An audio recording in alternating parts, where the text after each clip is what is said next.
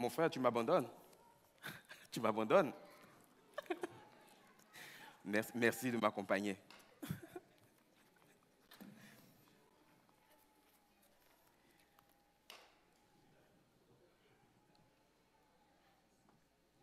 Il y en a qui ont des vacances bientôt? Non? Oui, oh, une seule personne a des vacances bientôt. Donc le reste travaille à longueur d'année sans prendre de vacances. Ah, il y en a qui ont déjà pris les vacances. OK. Bon, j'ai hâte d'être aux vacances, mais il y a encore plusieurs semaines devant nous pour ça. Ça va bien ce matin, vous tous? Oui. Alléluia. Je vais simplement débuter par la prière. Je vais prier un instant et par la suite, nous allons pouvoir entrer dans le message du jour. Seigneur, tu es plein de grâce, tu es patient envers nous, tu es bon et nous dépendons de toi.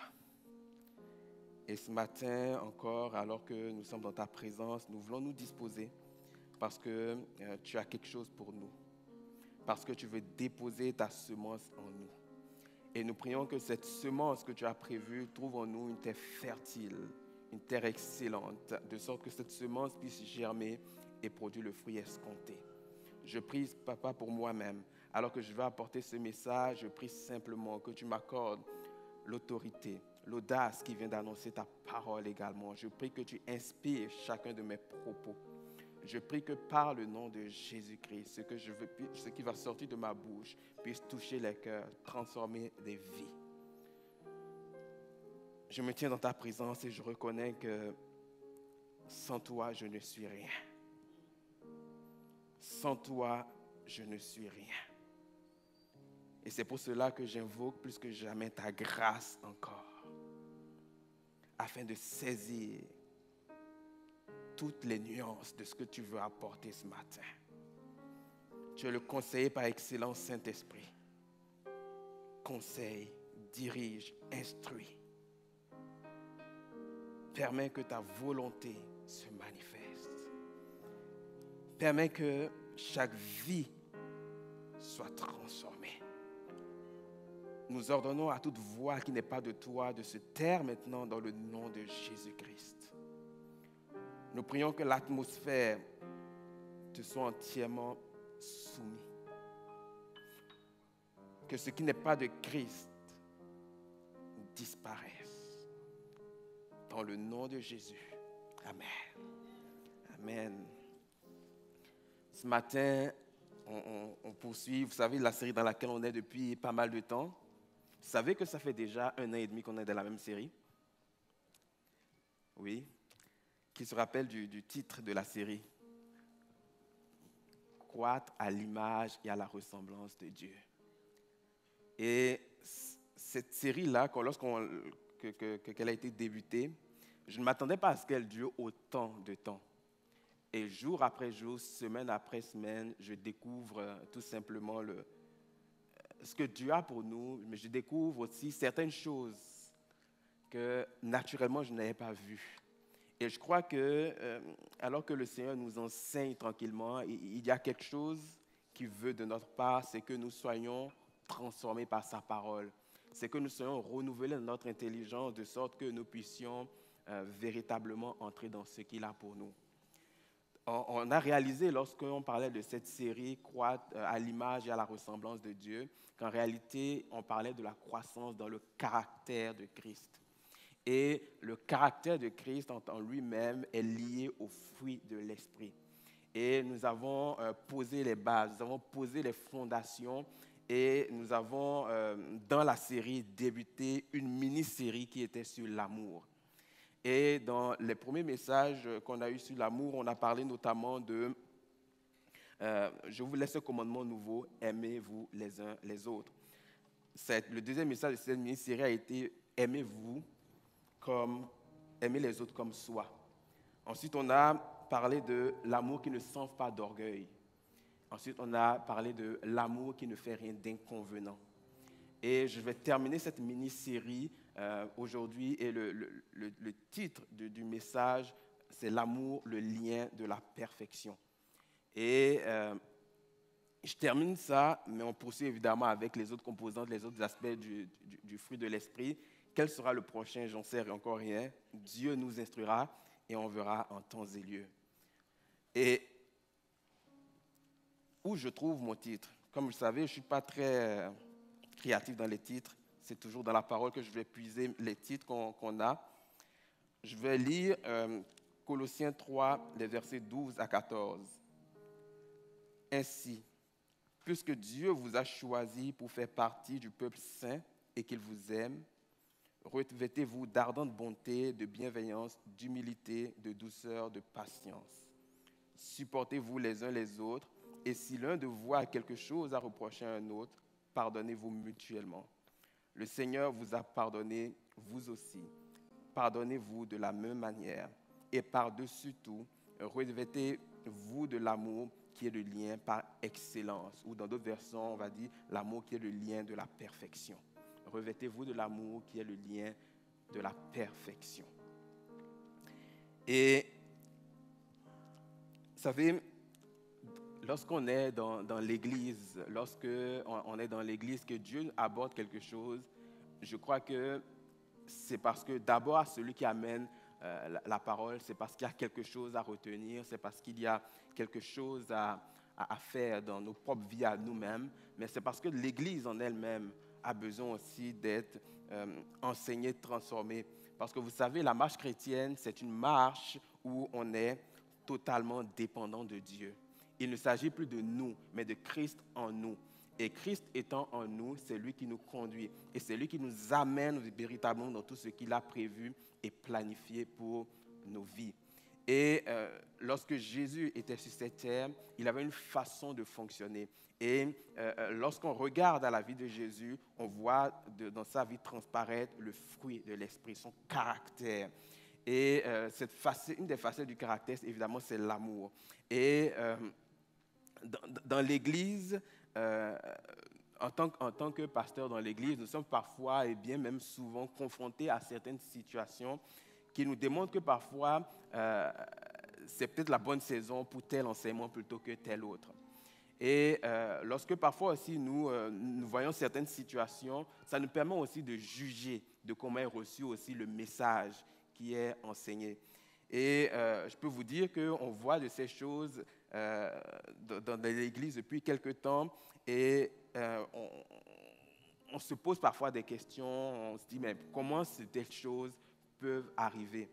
Et parfois, il ne faut pas imaginer de grandes choses, il ne faut pas imaginer la dernière action la plus basse du monde, mais simplement le fait de mal se parler dans l'Église, simplement le fait de manquer de patience l'un envers l'autre, le simple fait d'avoir des accès de colère envers quelqu'un, le simple fait de ramasser quelqu'un qui vient vous voir pour parler avec vous. Vous savez, bien souvent, les contextes dans lesquels nous sommes peuvent déterminer la façon dont nous allons réagir par rapport à quelqu'un qui vient vers nous. Peut-être que nous vivons certaines situations qui nous mettent à cran, qui nous tendent de sorte qu'on explose lorsque nous sommes dans les relations avec les autres. Et ce n'est pas ce que Christ attend de notre part. Christ attend beaucoup plus de notre part. Non pas parce que nous sommes spéciaux par nous-mêmes, mais parce qu'il nous a rachetés. Et parce qu'il nous a rachetés, il est venu s'établir en nous. Et parce qu'il s'est établi en nous, on doit voir dans nos vies Christ. On doit voir l'expression de Christ dans nos vies. Et lorsqu'on va parler du fruit de l'esprit, on ne parle pas du fruit personnel que nous portons. Ce n'est pas le fruit de René Arthur, ce n'est pas le fruit de Pasteur Bruno, ce n'est pas le fruit de Denise, le fruit de Marie-Laure, mais c'est le fruit de l'esprit. Pourquoi le fruit de l'esprit? Parce que l'esprit siège en nous. Et si l'esprit siège en nous, c'est lui qui opère de sorte que nous puissions voir Dieu, nous puissions voir le caractère de Dieu qui s'exprime. Et donc, lorsque nous sommes dans la marche chrétienne, lorsque nous sommes face à des situations qui naturellement viennent faire monter en nous une certaine tension, nous devons nous rappeler qu'il ne s'agit pas de nous, mais de l'esprit en nous qui doit se manifester. Et c'est là où nous avons besoin d'être constamment dans l'intimité, dans la communion avec Dieu, afin que le Saint-Esprit exprime le caractère, le cœur de Dieu. Ce n'est pas aisé, ce n'est pas facile. Et justement, comme il est dit dans la parole, le fer aiguise le fer. Et l'homme au contact de l'homme aiguise l'autre. Okay? On a besoin de ces relations pour grandir. On a besoin de ces relations pour pouvoir voir se développer pleinement le caractère de Christ.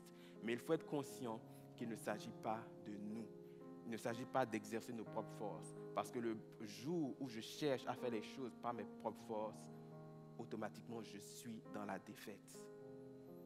Parce que par mes propres forces, je ne suis pas capable de quoi que ce soit.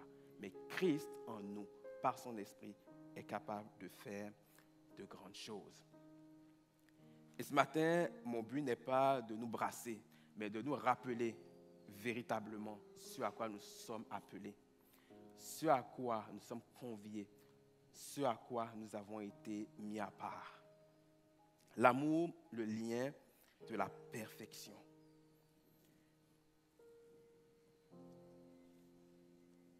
Et par-dessus tout, revêtez-vous de l'amour qui est le lien par excellence.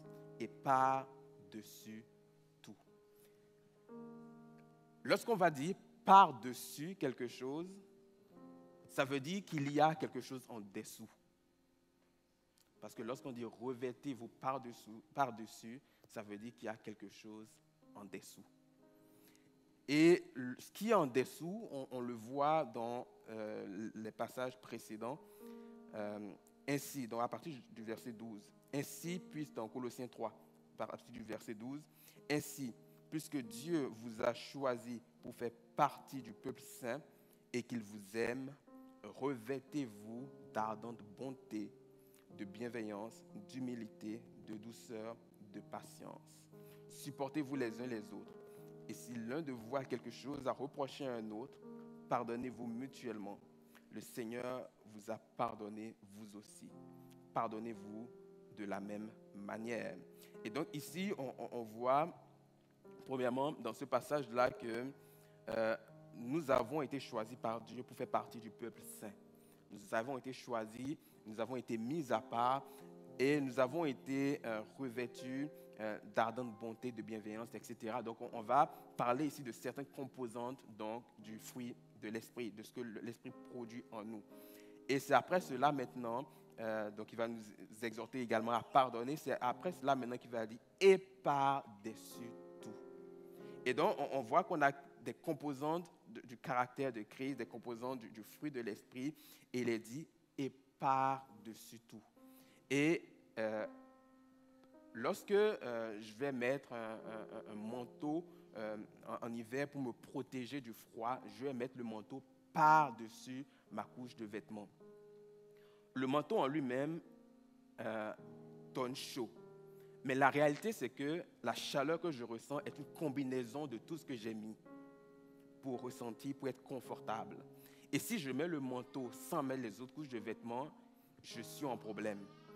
Parce que la chaleur attendue n'est pas présente, elle n'est pas au niveau souhaité.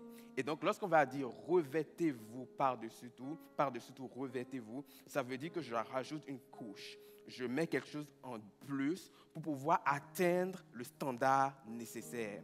Et tout comme lorsque je mets par-dessus tout mon manteau d'hiver. Et donc, les autres couches sont importantes, les autres facettes du caractère de l'esprit sont importants. Mais par-dessus tout, je dois revêtir l'amour. Par-dessus tout, je dois remettre l'amour. Parce que lorsque je fais les choses de façon calculée, sans exprimer l'amour dans ce que je fais, cela ne vient pas de Dieu. Lorsque, de façon calculée, lorsque, par exemple, je vais faire preuve de patience envers quelqu'un, je dis, bon, ben, Suzanne, elle me tape sur les nerfs. Et ce qui est faux, c'est juste un exemple. Elle me tape sur les nerfs et je vais décider d'être patient avec elle parce que je sais que si je le fais, j'aurai quelque chose en retour. Okay? Je suis en train de calculer. Je suis en train de manipuler aussi. et il n'y a pas d'amour. Oui, je suis en train d'exprimer la patience en cela, en ce moment-là, mais il n'y a pas d'amour. Et ce qui doit caractériser ma démarche, ce doit être l'amour. Je veux user de patience avec Suzanne parce que je sais que lorsque j'use de patience avec Suzanne, lorsque je lui démontre cette facette de l'amour-là, je sais que je crée un environnement propice afin que nous puissions grandir dans la relation, afin que nous puissions parler, afin que nous puissions nous dire certaines choses. Je crée un environnement propice aussi afin que les choses soient dites et faites dans la vérité.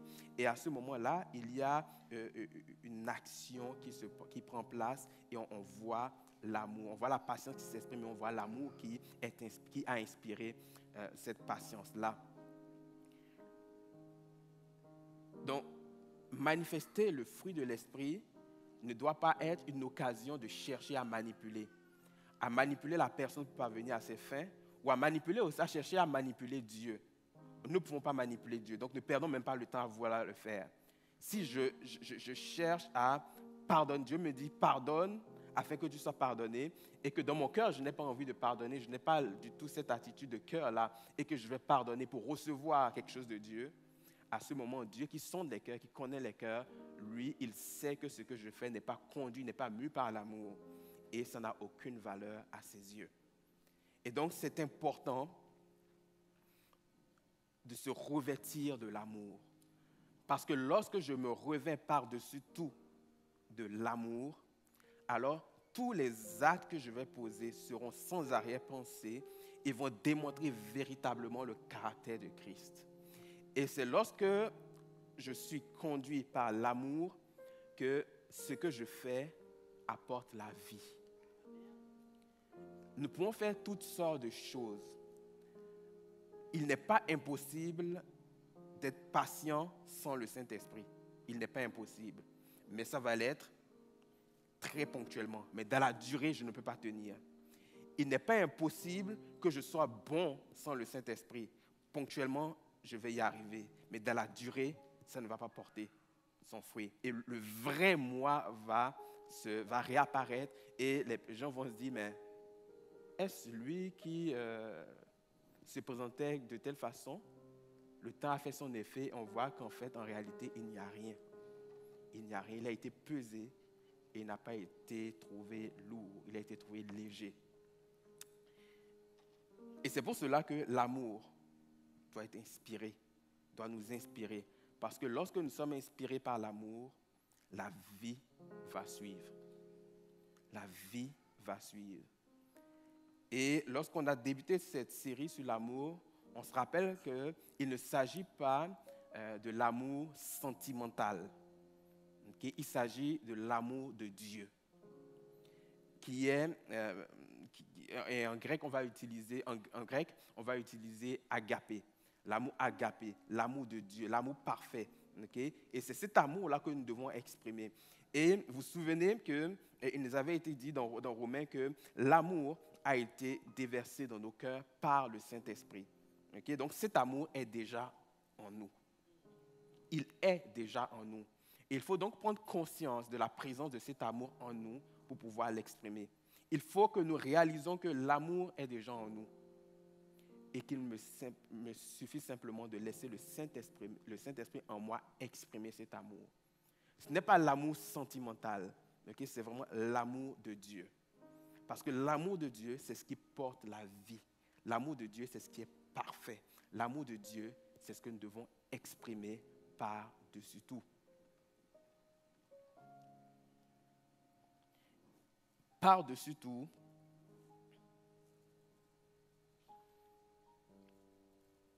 revêtez-vous de l'amour qui est le lien par excellence. Par-dessus tout, revêtez-vous de l'amour qui est le lien par excellence. Le lien, c'est quoi? Un lien, c'est quelque chose qui permet de retenir ensemble plusieurs autres choses. Je transporte du bois 2x4, du bois. Je vais les lier peut-être avec une chaîne, je vais les lier avec une corde pour que cela puisse faire un paquet et faciliter le transport. Donc le lien, c'est ce qui va venir quelque part aussi sécuriser quelque chose que j'ai et qui va me permettre de pouvoir le transporter facilement. Le lien, on dit ici que l'amour, c'est le lien par excellence. Okay? L'amour, donc, c'est ce qui va faire en sorte que ce que je veux exprimer se présente de la meilleure des façons. Que ce que je veux exprimer ne perd pas sa nature. Parce que si je transporte, par exemple, je prenais du 2x4 du bois, si je le transporte et qu'il n'est pas bien attaché dans mon transport, il n'est pas bien lié dans mon transport, il peut s'éroder, il peut s'effriter, il peut subir toutes sortes de désagréments et finalement, ce que j'ai transporté est altéré. Et c'est ça l'amour aussi. L'amour étant le lien, il permet que ce que je vais exprimer dans la face, dans le caractère de l'esprit, soit apporté de la meilleure des façons, dans son entièreté, sans altération. Et c'est pour cela que j'ai besoin de revêtir l'amour. C'est pour cela que j'ai besoin de revêtir cet amour qui est le lien de la perfection. Je vais relire le passage de Colossiens 3,14 dans plusieurs versions. Parce que parfois, lorsque nous changeons de version, ça peut faciliter parfois une certaine compréhension, une certaine appréhension qu'on a du passage en question. Donc Colossiens 3,14, et par-dessus tout, donc ça c'est dans la version français courant, mettez l'amour, ce lien qui vous permettra d'être parfaitement unis. Dans la version Semeur que j'ai lue, et par-dessus tout cela, revêtez-vous de l'amour qui est le lien par excellence. Dans la version Parole vivante, c'est écrit comme cela, mais par-dessus tout cela, mettez la ceinture de l'amour, car l'amour liera ses vertus parfaitement ensemble et rendra votre communion indissoluble. C'est intéressant, wow, c'est intéressant de voir que l'amour est comparé aussi à une ceinture. Donc c'est un lien. L'amour permet d'attacher, donc la ceinture permet d'attacher un vêtement et de le tenir, de le maintenir pour que nous ne soyons pas mis à nu devant d'autres. Et donc, lorsque nous n'avons pas l'amour, nous ne sommes pas revêtus de l'amour, on peut être à nu devant les autres parce que celui que nous sommes véritablement peut être révélé. Le manipulateur, le faux, le si, etc. peuvent être révélés. Et le fait d'être conduit par l'amour m'assure une certaine sécurité, ça m'assure une certaine assurance. Amen. Dans Parole de vie, il est dit ceci, mais par-dessus tout, revêtez-vous de l'amour qui est le lien de la perfection. Dans la version, non, ça c'était dans la version seconde. Dans la version Parole de vie maintenant, et surtout, aimez-vous. L'amour est le lien qui unit parfaitement. Et surtout, aimez-vous. L'amour est le lien qui unit parfaitement. On a besoin de l'amour. On a besoin de l'amour. Revêtez-vous de l'amour, qui est le lien par excellence. On va nous dire ceci, vous connaissez bien cet adage qui dit l'habit ne fait pas le moine. Okay? Mais l'habit, cependant, permet de reconnaître le moine. Ça ne fait pas le moine, mais ça permet de le reconnaître. Et si je me revêts d'amour, ça permet aux autres de reconnaître Christ en moi. Et c'est ça le plus important. Que Christ en moi soit reconnu, que Christ en moi soit visible. Parce que ultimement, ce n'est plus moi qui vis, mais c'est Christ qui vit en moi. Et si Christ vit en moi, dans ce que je fais, ça doit transparaître. Notre sœur Marceline a fait l'annonce pour les ateliers aimés. Et Dieu sait que dans nos couples, on a toutes sortes de combats. La vie de couple n'est pas une vie qui est aisée, qui est facile. Mais Dieu nous équipe, Dieu nous rend capables. Et vous savez, lorsque Dieu nous a unis, a mis telle personne, tel homme avec telle femme, c'est parce qu'il sait qu'ensemble, ce que nous allons devenir, ce que nous allons produire, va être au-delà de ce que chacun de nous peut faire dans l'individualité. Il sait également que malgré les différences qui nous ont unis dès ce premier jour, chacun vient avec ses différences, chacun vient avec son arrière-plan. Et malgré tout cela, Dieu sait que même si parfois ça peut créer de l'étincelle, il sait qu'ultimement, ce qui va en sortir va produire quelque chose de grand, d'excellent, de bon. C'est bon de le savoir, mais le vivre en est une autre. Et c'est là que nous avons besoin, par-dessus tout, de la grâce de Dieu et du Saint-Esprit en nous. De prendre conscience que c'est l'Esprit qui opère en nous. Et non, ce n'est pas nous qui faisons, ce n'est pas nous qui agissons, mais c'est Dieu en nous par son Esprit.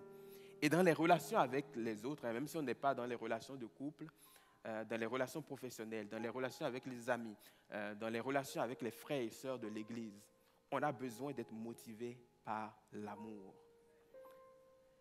Et il n'est pas rare dans l'Église, malheureusement, de voir de la médisance. Il n'est pas rare d'entendre des calomnies. Il n'est pas rare d'avoir des faux semblants dans l'Église. Des personnes qui vont se saluer avec le plus grand sourire, mais le sourire de circonstance. Mais à peine on s'est salué, qu'on passe avec une personne, tu as vu cette personne? Pas sûr que...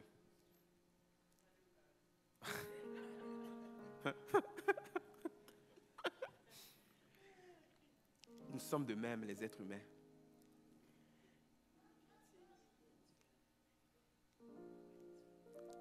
Effectivement, comme dit Suzanne, il y a une différence que nous devons exprimer en tant que chrétiens. Parce que naturellement, c'est ce que nous sommes. Mais souvenons-nous de quelque chose, et on l'a vu dans cette série, que la vieille nature a été crucifiée. Et lorsque cette vieille nature a été crucifiée à la croix, cela fait en sorte que ça a désarmé le péché, parce que le péché n'avait plus d'emprise sur nous. Le péché ne peut plus nous contraindre. Il n'a plus la puissance de nous contraindre, parce que notre vieille nature qui répondait favorablement au péché a été crucifiée à la croix. Et donc, puisque désormais, on a cette capacité de dominer face au péché, lorsque donc viennent des pensées qui sont contraires à la volonté de Dieu, nous sommes en mesure de dire non, ça ce n'est pas ma part. Alors qu'avant nous étions esclaves du péché, mais maintenant nous ne le sommes plus. Et donc nous sommes en mesure de nous opposer lorsque le péché vient vers nous. Alors, et par-dessus tout, revêtez-vous de l'amour qui est le lien par excellence, qui est le lien de la perfection. Et donc, l'amour qui attache, qui retient, qui facilite les choses, nous conduit vers la perfection, qui est le lien vers la perfection. Et la perfection, c'est tout simplement ce qui est parfait, ce qui est de Dieu, ce que Dieu attend, ce qui démontre, ce qui démontre le caractère de Dieu. Tout simplement, cela nous conduit vers la perfection. Et donc, la perfection ne peut pas être atteinte sans l'amour, c'est être revêtu de l'amour. La perfection ne peut pas être touchée, le vrai, la vérité ne peut pas être atteinte sans que l'amour, nous puissions nous en être revêtus.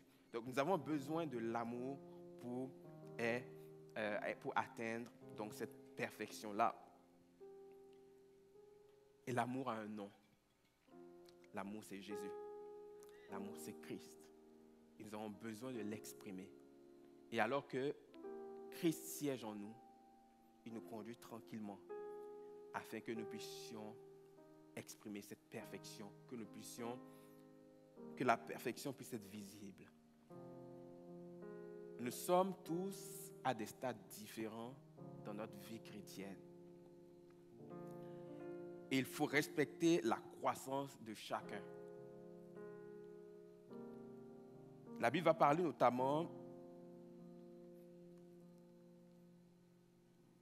des enfants, des jeunes adultes et des pères.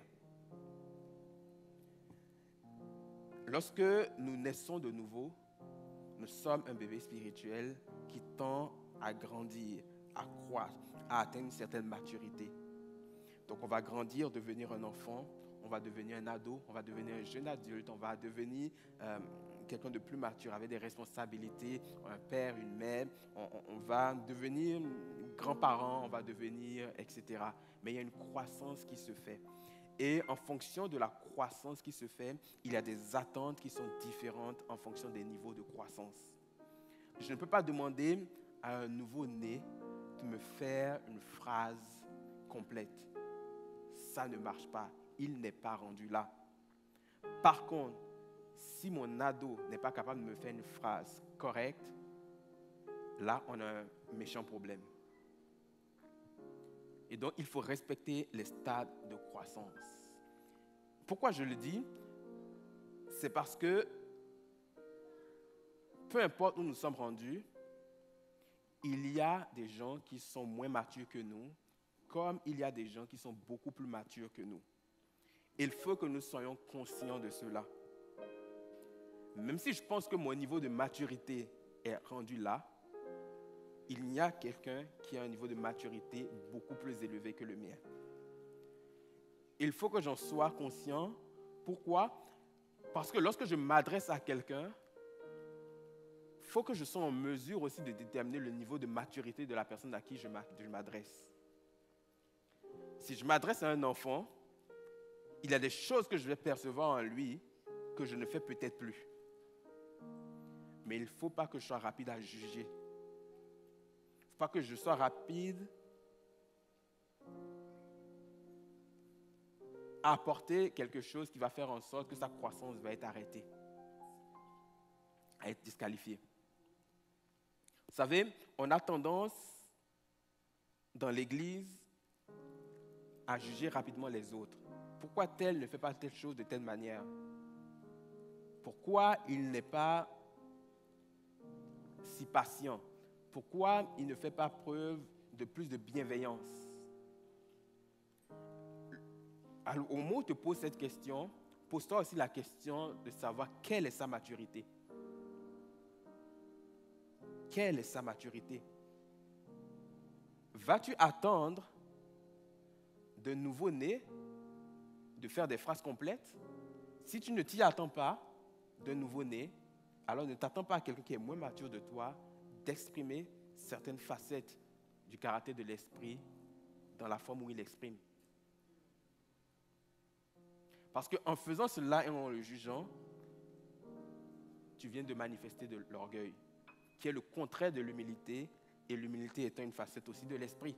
Donc ça veut dire que toi-même, tu as du chemin encore à faire. Et donc il faut que nous soyons conscients qu'il y a des personnes qui sont moins matures que nous et nous devons adapter nos façons d'agir et de réagir en fonction de la maturité de la personne. Et c'est ça l'amour. Parce que l'amour me permet de me mettre au niveau de la personne. L'apôtre Paul va dire quelque chose qui est intéressant. Il dit qu'il se fait tout à tous. Il ne dit pas qu'il renie sa foi ou qu'il va faire des expériences de la même nature que les autres pour pouvoir entrer en relation avec eux. Non, il garde son intégrité spirituelle. Il garde son intégrité dans la foi. Merci, Pasteur Bono. Il garde son intégrité dans la foi. Mais il tient compte du stade où les autres sont. Il tient compte du stade où les autres sont. Et donc, lorsque je suis en relation avec quelqu'un qui est moins mature que moi spirituellement, il faut que je m'adapte. Il faut que je sorte tout ce qui est jugement. Il faut aussi que je sois celui qui tende la main pour le faire grandir. Bien souvent, on va croire que cela repose sur les pasteurs. Notre but n'est pas de vous faire grandir tous. On n'est pas capable de le faire. On a un rôle, certes, on a un rôle d'orienter. On a un rôle d'enseigner. On a un rôle de guider. Mais rappelons-nous que nous sommes un corps. Et chaque membre du corps doit jouer son rôle. Alors, si je vois un petit enfant dans l'assemblée qui fait quelque chose qui est mal et qui peut finalement même lui nuire, c'est ma responsabilité d'aller voir cet enfant. Il dit, mon petit garçon, ma petite fille, ce que tu fais n'est pas bien, c'est dangereux, il peut t'arriver telle chose, il va falloir que tu arrêtes. Le petit garçon peut-être ou la petite fille va peut-être essayer de me challenger. Il va falloir peut-être que je hausse le ton, que je fasse preuve de fermeté. C'est la même chose lorsque je m'adresse avec des personnes qui sont moins matures que moi. Il faut de la douceur, il faut de la façon. Mais à un moment donné, oui, il faut de la fermeté. Pas du jugement, de la fermeté.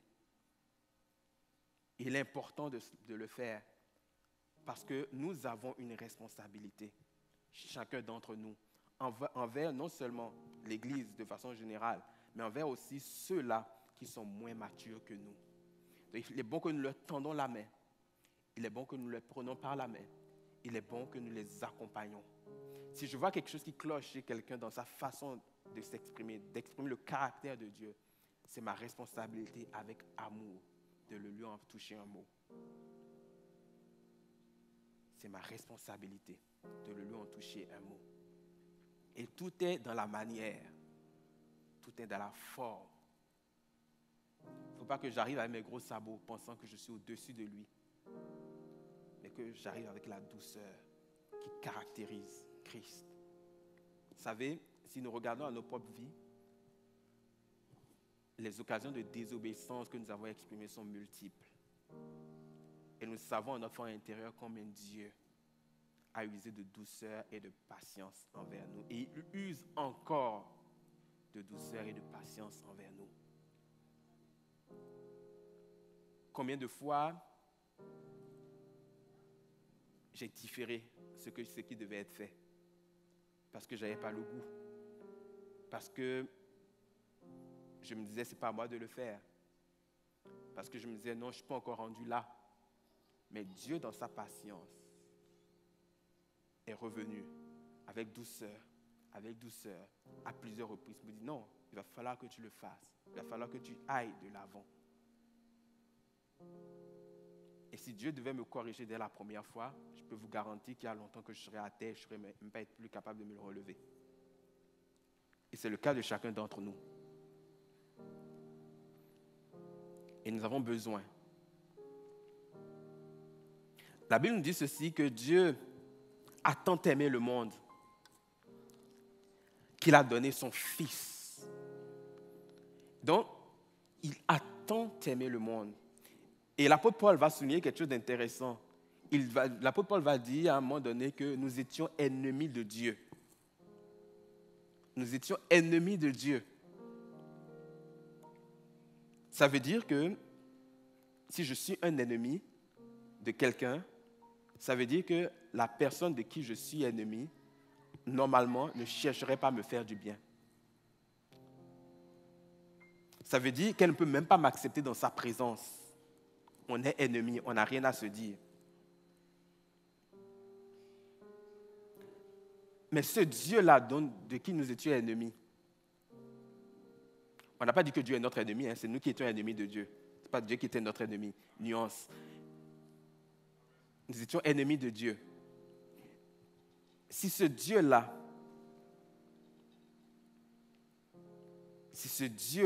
s'est dit, je les aime et je veux qu'ils soient réconciliés avec moi, alors pour cela, je veux leur donner ce que j'ai de plus cher, mon Fils, afin qu'il puisse favoriser cette réconciliation. À plus forte raison, nous, qui avons été au bénéfice de cette réconciliation, qui fait en sorte que nous puissions entrer dans l'intimité avec Dieu. À plus forte raison, nous aussi, nous devons être en mesure d'exprimer, de manifester l'amour de Dieu. Dieu est amour. Et c'est ce Dieu-là qui siège en nous. Et donc l'amour doit être exprimé par nous.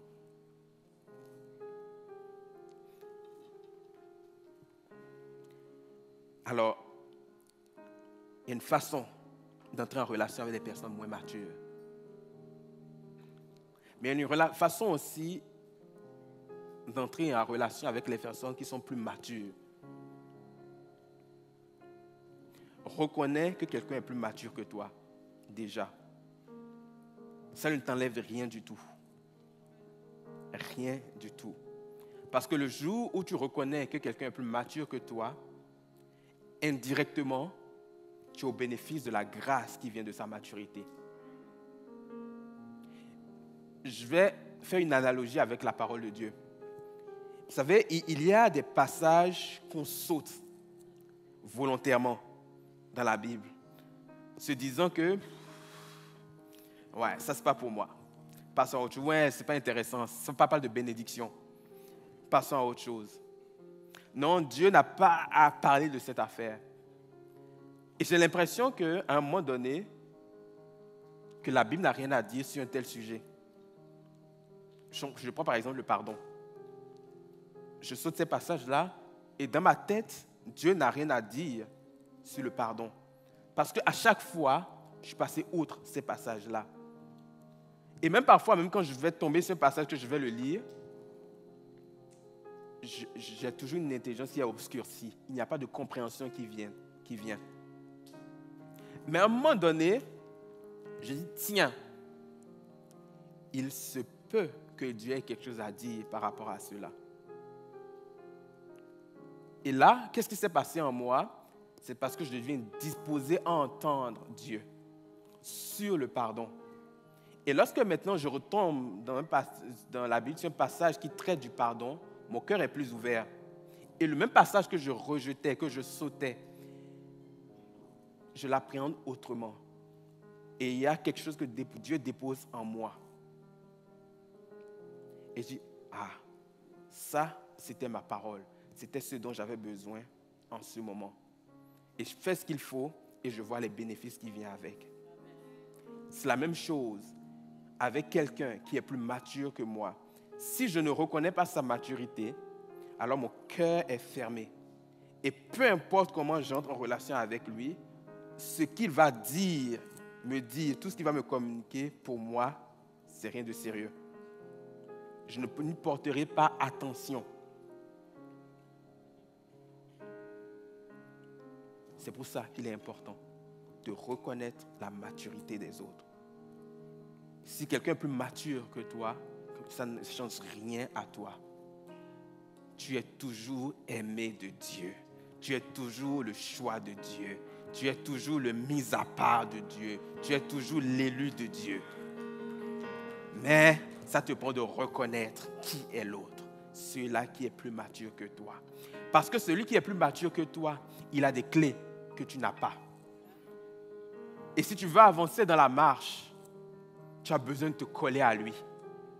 Tu as besoin de cheminer avec lui. Tu as besoin d'aller vers lui et de parfois lui poser les questions. Mais telle affaire, comment toi tu y arrives? Telle affaire, moi je me bute à un mur. Comment tu passes au travers?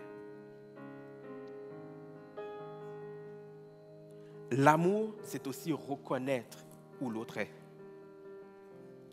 L'amour, c'est aussi reconnaître la valeur de qui on a en face de soi.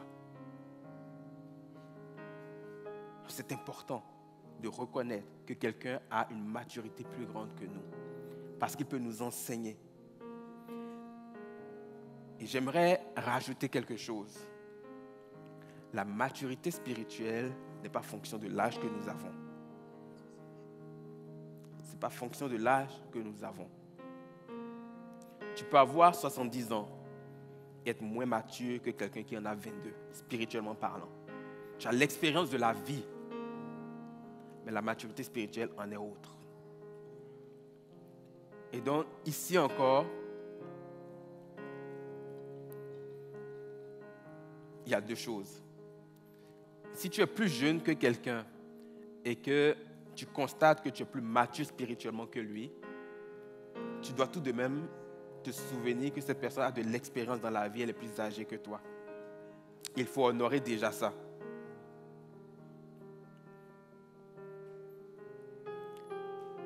Donc, toi qui es moins âgé, en âge, mais plus mature spirituellement que cette autre personne, ne méprise pas la personne. Parce qu'il y a des choses qu'elle peut t'apprendre sur la vie que tu ne connais pas. Même si tu peux être une source d'inspiration spirituelle pour cette personne, dans la vie, il y a des choses qu'elle a vécues, cette personne, que toi, tu n'as pas encore vécues. Je ferme cette parenthèse. L'amour, c'est aussi reconnaître la maturité spirituelle de quelqu'un. Reconnaître que cette personne a une plus grande maturité que nous. Et lorsque je le fais, il y a un bénéfice qui est attaché à cela. Parce que lorsque je le fais, mes yeux s'ouvrent et je vois tout ce que Dieu a mis en cette personne. Je vois tout ce que Dieu fait au travers de cette personne-là. Et je vois aussi quelque part le chemin que j'ai à parcourir. Et je me dis, je suis rendu là aujourd'hui, je vois telle personne aller, peut-être qu'il serait bien que je puisse m'inspirer de ce qu'elle peut me communiquer. Nous sommes un corps. Nous dépendons les uns des autres.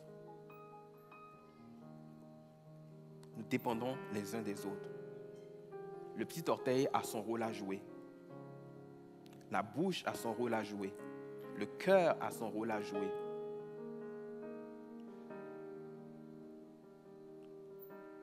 Et lorsque chaque partie du corps joue son rôle, le corps se porte à merveille. Il est en santé. Et le corps a plus de vigueur, de vitalité. Il est capable d'accomplir de plus grandes choses. Parce que tous les membres de son corps sont en santé, sont vigoureux. C'est pour cela qu'il est important que chacun de nous puissions veiller sur les uns. Que chacun de nous puissions veiller les uns sur les autres. C'est important. Parce que nous sommes un corps. Et l'amour de Dieu se manifeste ainsi aussi.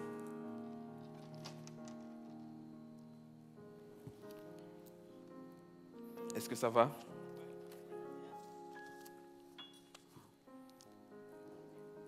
J'aimerais prendre le temps, on avance vers la fin, de lire 2 longs passages qu'on va retrouver dans 1 Jean, la première épître de Jean.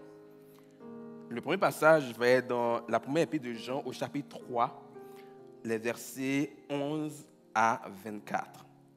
Il y aura un deuxième passage par la suite. De même, je lis dans la Bible juive complète, de même, celui qui néglige d'aimer son frère n'est pas de Dieu. De même, celui qui néglige d'aimer son frère n'est pas de Dieu. Car voici le message qui vous a été adressé dès le commencement. Nous devons nous aimer les uns les autres. Non pas comme Caïn qui était du malin et qui assassina son frère. Pourquoi l'a-t-il assassiné? Parce que ses œuvres étaient maléfiques, mais celles de son frère étaient justes. Ne soyez pas surpris, frères, si le monde nous hait. Quant à nous, nous savons que nous sommes passés de la mort à la vie parce que nous continuons à aimer nos frères. Le fait d'aimer les autres démontre que nous sommes passés de la mort à la vie. Celui qui néglige d'aimer son frère est encore sous le pouvoir de la mort. Quiconque a de la haine pour son frère est un meurtrier. Et vous savez qu'aucun meurtrier n'a la vie éternelle en lui. Ça fait mal. Celui qui n'aime pas son frère est comme un meurtrier, et aucun meurtrier n'a la vie éternelle. Voici comment nous avons connu l'amour. En ce qu'il a donné sa vie pour nous. Et nous devons donc, nous aussi, donner notre vie pour nos frères. Nous aussi, nous devons donner notre vie pour nos frères. Et lorsqu'on parle de donner sa vie pour son frère, on ne parle pas d'aller à la croix pour son frère. Mais c'est dans le quotidien de lui témoigner l'amour de Dieu. Et parfois, cet amour va nous coûter quelque chose. Coûter du temps pour accompagner certains, parfois des ressources financières matérielles. Pour d'autres, ça va nous coûter quelque chose. Et nous avons besoin de le faire.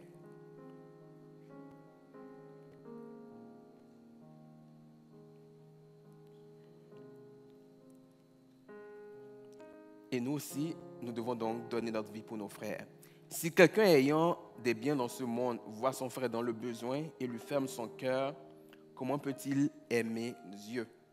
Et donc, encore une fois, là, on parle du fait que ça coûte quelque chose. Si tu as des biens, si tu as ceux dont ton frère a besoin, mets-le lui à sa disposition. Mes enfants, n'aimons pas en parole et en discours, mais en acte et concrètement. N'aimons pas en parole et en discours, mais en acte et concrètement. Donc l'amour se démontre au-delà des paroles. Ça se démontre dans des actes, ça se démontre de façon concrète. Je ne peux pas dire à quelqu'un, oui, j'aime, je t'aime, j'aime tout le monde, je suis animé de l'amour de Dieu. Et dans mes actes, il n'y a rien qui démontre qu'effectivement, il y a un amour envers mes frères et sœurs. Voici comment nous saurons que nous sommes de la vérité. Et nous apaiserons notre cœur dans sa présence. Si notre cœur a quelque chose à nous reprocher, Dieu est plus grand que notre cœur et il connaît tout. Chers amis, si notre cœur n'a rien à nous reprocher, nous pouvons nous approcher de Dieu en toute assurance. Bref, ici, simplement, on retient ceci, que pour s'approcher de Dieu, il ne faut pas qu'on ait quelque chose à se reprocher en nous-mêmes.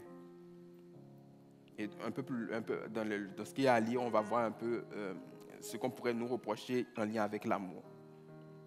Il est dit ceci, alors quoi que nous le demandions, nous le recevons de lui, parce que nous obéissons à ses commandements et nous faisons ce qui lui est agréable. Voici son commandement, c'est que nous mettions notre foi en la personne et la puissance de son Fils, Yeshua le Messie, et que nous aimions les uns les autres, comme il nous l'a commandé. Celui qui obéit à ses commandements demeure uni à Dieu et Dieu demeure uni à lui. Et voici comment nous savons qu'il demeure uni à nous grâce à l'Esprit qu'il nous a donné.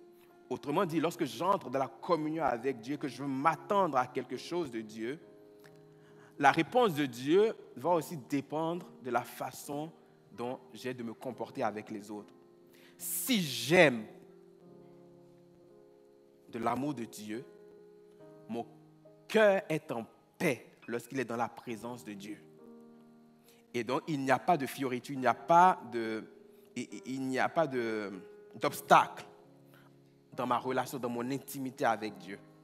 Mais si je manque d'aimer, c'est comme s'il y a une connexion qui se brouille entre Dieu et moi. Parce qu'à ce moment-là, mon cœur me condamne. Et si mon cœur me condamne, ça veut dire que je n'ai pas la paix. Et donc, dans la présence de Dieu, la paix qui me permet d'entendre, d'être disposé, elle n'est pas présente. Et si elle n'est pas présente, je ne saisis pas pleinement ce que Dieu veut me dire, ce qu'il a pour moi. Et donc, quelque part, recevoir de Dieu dépend aussi de l'amour que je porte aux frères et sœurs. Recevoir de Dieu dépend aussi de l'amour que je porte aux frères et sœurs. Dépendre de Dieu. J'ai perdu mes mots même. Anyway. Vous m'avez compris.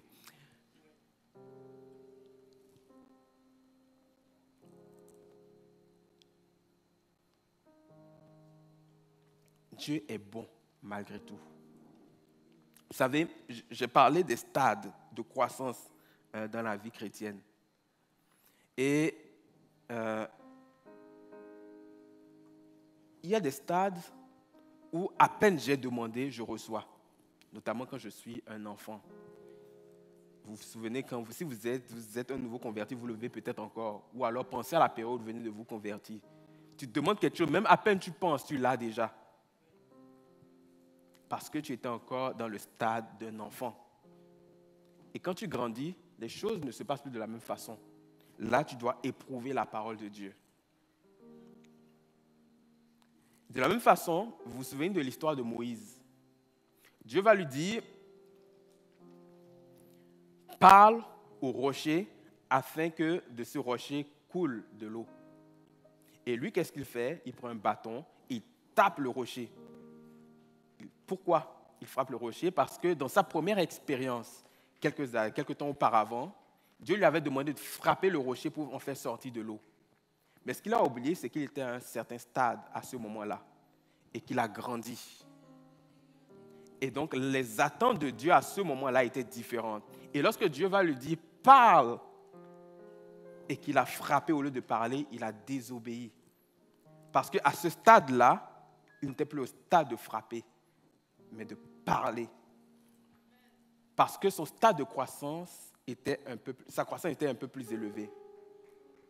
Et donc, il y a des choses qu'on va attendre à un certain stade de croissance et d'autres à d'autres stades de croissance. Et ça va devenir de plus en plus exigeant. Parce que moi aussi, en tant que père, lorsque je lève des enfants, l'exigence augmente avec les années qui passent. Parce que sinon, je ne les sers pas. Sinon, ce n'est pas pour le bénéfice que je le fais si je suis toujours à aller dans leur sens. Et c'est la même chose avec Dieu. Les exigences vont augmenter au fur et à mesure que je deviens mature spirituellement.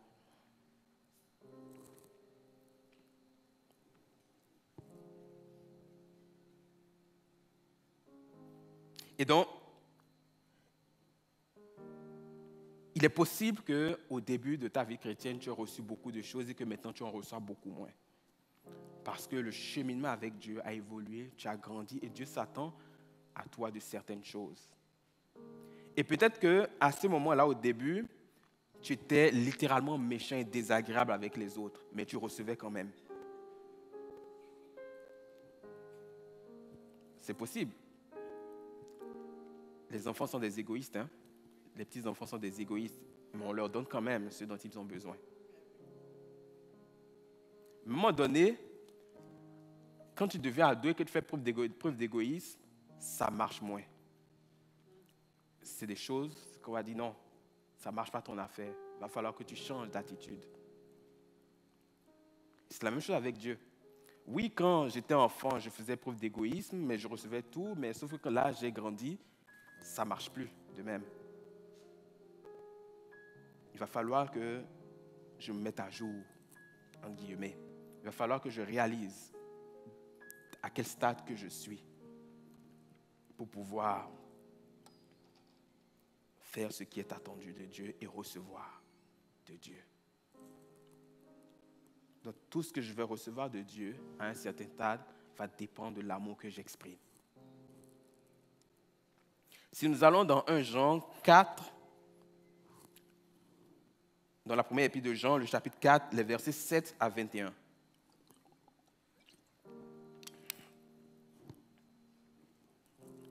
Mais bien-aimés, aimons-nous les uns les autres, car l'amour est de Dieu. Et quiconque aime a Dieu pour Père et connaît Dieu. Ah. Quiconque aime a Dieu pour Père et il connaît Dieu. C'est intéressant et ça doit interpeller. Je vais relire ça autrement. Quiconque n'aime pas n'a pas Dieu pour Père et ne connaît pas Dieu. Je peux le relire de cette manière. Quiconque n'aime pas n'a pas Dieu pour Père et n'aime pas Dieu et ne connaît pas Dieu. Quiconque n'aime pas n'a pas Dieu pour Père et ne connaît pas Dieu. Donc l'amour est important. Aimons-nous les uns les autres car l'amour est de Dieu. Et quiconque aime a Dieu pour Père et connaît Dieu. Celui qui n'aime pas ne connaît pas Dieu. Voilà. Car Dieu est amour. Voici comment Dieu a manifesté son amour parmi nous. Il a envoyé son Fils unique dans le monde afin que par lui nous ayons la vie. Et voici en quoi consiste l'amour.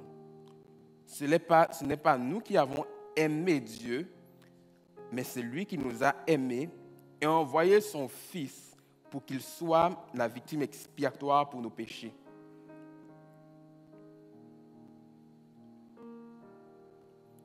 Donc voici en quoi consiste l'amour. Ce n'est pas nous qui avons aimé Dieu, mais c'est lui qui nous a aimés et a envoyé son Fils pour qu'il soit la victime expiatoire pour nos péchés. Donc l'apôtre Paul, comme je disait que nous en étions ennemis. Et Dieu, malgré tout, a choisi d'offrir son Fils dans ces circonstances-là à des personnes qui ne l'aimaient pas, qui le haïssaient même. Il a choisi d'offrir son Fils par amour.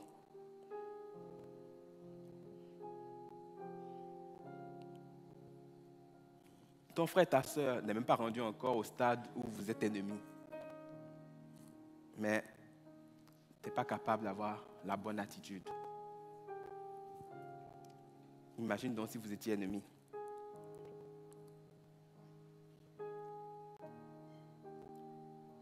Mais bien aimés, si Dieu nous a aimés ainsi, nous devons nous aussi nous aimer les uns les autres. Encore une fois, Dieu est le modèle et nous sommes ceux-là qui doivent faire en sorte que le modèle soit exprimé. Dieu est le modèle et nous exprimons ce qui est attendu.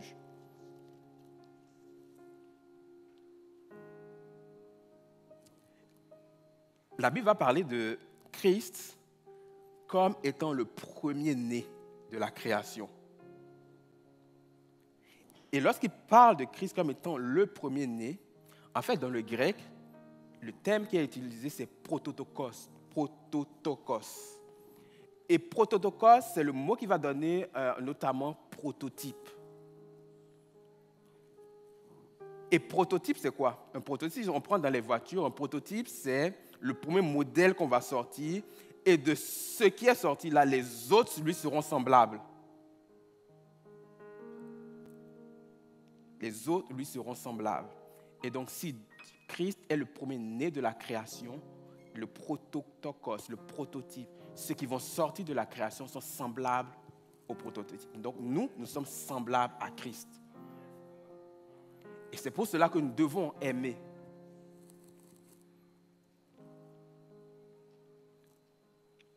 Comme lui.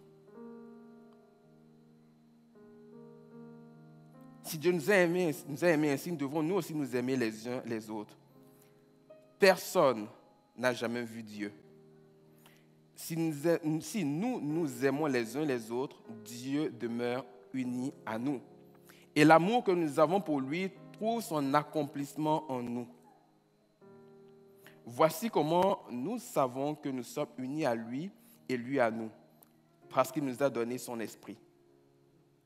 Donc nous avons l'esprit de Dieu en nous. Et c'est ce qui démontre son amour, mais sa présence aussi en nous. Et c'est cet esprit-là qui va produire en nous le fruit qui est attendu et qui va nous permettre donc d'exprimer l'amour. De plus, nous avons vu et pouvons témoigner que le Père a envoyé son Fils pour être le libérateur du monde. Si quelqu'un reconnaît que Yeshua, donc Jésus, est le Fils de Dieu, Dieu demeure uni à lui et lui à Dieu. Aussi, nous avons connu l'amour de Dieu, nous avons connu l'amour que Dieu a pour nous et nous lui avons fait confiance. Dieu est amour et celui qui demeure dans cet amour demeure uni à Dieu et Dieu demeure uni à lui. Donc ça veut dire, lorsque j'exprime de l'amour, je demeure uni à Dieu et Dieu demeure uni à moi. Si je n'exprime pas d'amour, cette union, cette intimité s'effrite en Dieu et moi. Voici comment l'amour a été amené à la perfection en nous. Tel est le Messie, tel nous sommes dans ce monde. Donc, on dit le Messie, nous. Tel il est, tel nous sommes. Le prototype, les modèles qui sortent du prototype. Tel il est, tel nous sommes. Nous pouvons alors être pleins d'assurance pour le jour du jugement. Il n'y a pas de crainte dans l'amour. Au contraire, L'amour qui atteint son objectif supprime la crainte, car la crainte implique un châtiment. Et celui qui craint n'est pas parvenu à la plénitude de l'amour. Autrement dit, si j'aime parce que je ne veux pas me faire châtier, ça veut dire que je n'ai pas compris l'amour. Si j'aime parce que je ne veux pas que Dieu me tombe dessus, ça veut dire que je n'ai pas compris l'amour. L'amour parfait bannit la crainte. J'aime parce qu'il faut aimer, parce que c'est la nature qui m'anime désormais. C'est Christ qui vit en moi, ce n'est plus moi, c'est Christ qui vit en moi. Et étant donné que c'est Christ qui vit en moi, il ne peut qu'exprimer l'amour. Et s'il exprime l'amour, il n'y a plus de crainte, il n'y a plus à avoir. Parce que l'amour que j'exprime, c'est le Dieu lui-même dans son caractère que j'exprime, tout simplement. Alléluia. Amen. Nous pouvons être alors pleins. Non, ça j'ai déjà lu, cette partie. Quant à nous, nous aimons parce qu'il nous a aimés le premier. Si quelqu'un dit « j'aime Dieu » mais qu'il haït son frère, c'est un menteur. Car celui qui n'aime pas son frère qu'il voit, comment peut-il aimer Dieu qu'il ne voit pas? Assurément, voici le commandement qu'il nous a donné, que celui qui aime Dieu aime aussi son frère. Amen. Que celui qui aime Dieu aime aussi son frère. L'amour, le lien par excellence. L'amour, le lien de la perfection. Par-dessus tout, revêtez-vous ou revêtons-nous de l'amour, qui est le lien de la perfection. Par-dessus tout. C'est important, le par-dessus. Par-dessus tout. Revêtons-nous de l'amour. Et le lien, on l'a vu comme étant aussi une ceinture qui tient, qui valorise tout ce que nous voulons exprimer. Par-dessus tout. Alléluia. On va prendre un temps pour prier. Et je vais demander à mon épouse, à Denise, de prier aussi.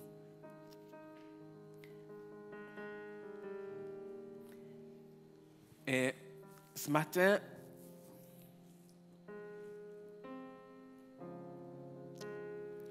ce message est là pour nous interpeller. Ce matin, ce message-là est là pour faire le bilan aussi de nos vies. Où sommes-nous rendus dans la marche avec Christ?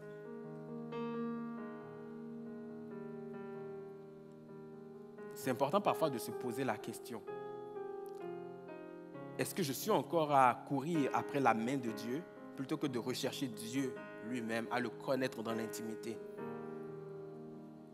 Est-ce que je cours après les bénédictions? Fais-moi du bien, fais-moi ci, fais-moi ça. C'est bien d'avoir toutes sortes de biens, mais c'est limité. Il y a un passage qui nous dit dans la Bible que, je paraphrase, dit « Ne poursuis pas la richesse ». Parce que alors que tu poursuis la richesse, elle se fait des ailes et elle s'envole. Parce que ce n'est pas le but ultime.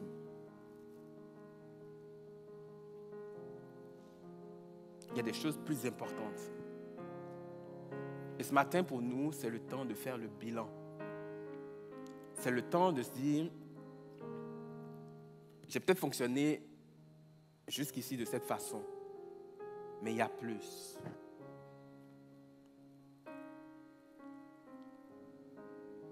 On va se lever ensemble, on va prendre un temps pour prier.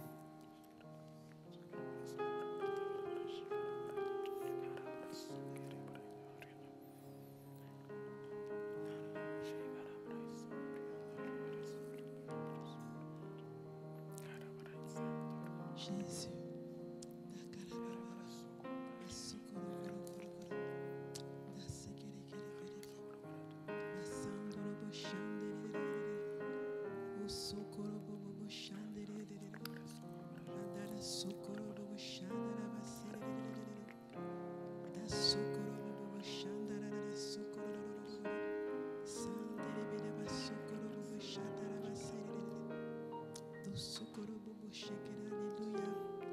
Seigneur, on honore encore le Dieu que tu es. On honore encore que tu es.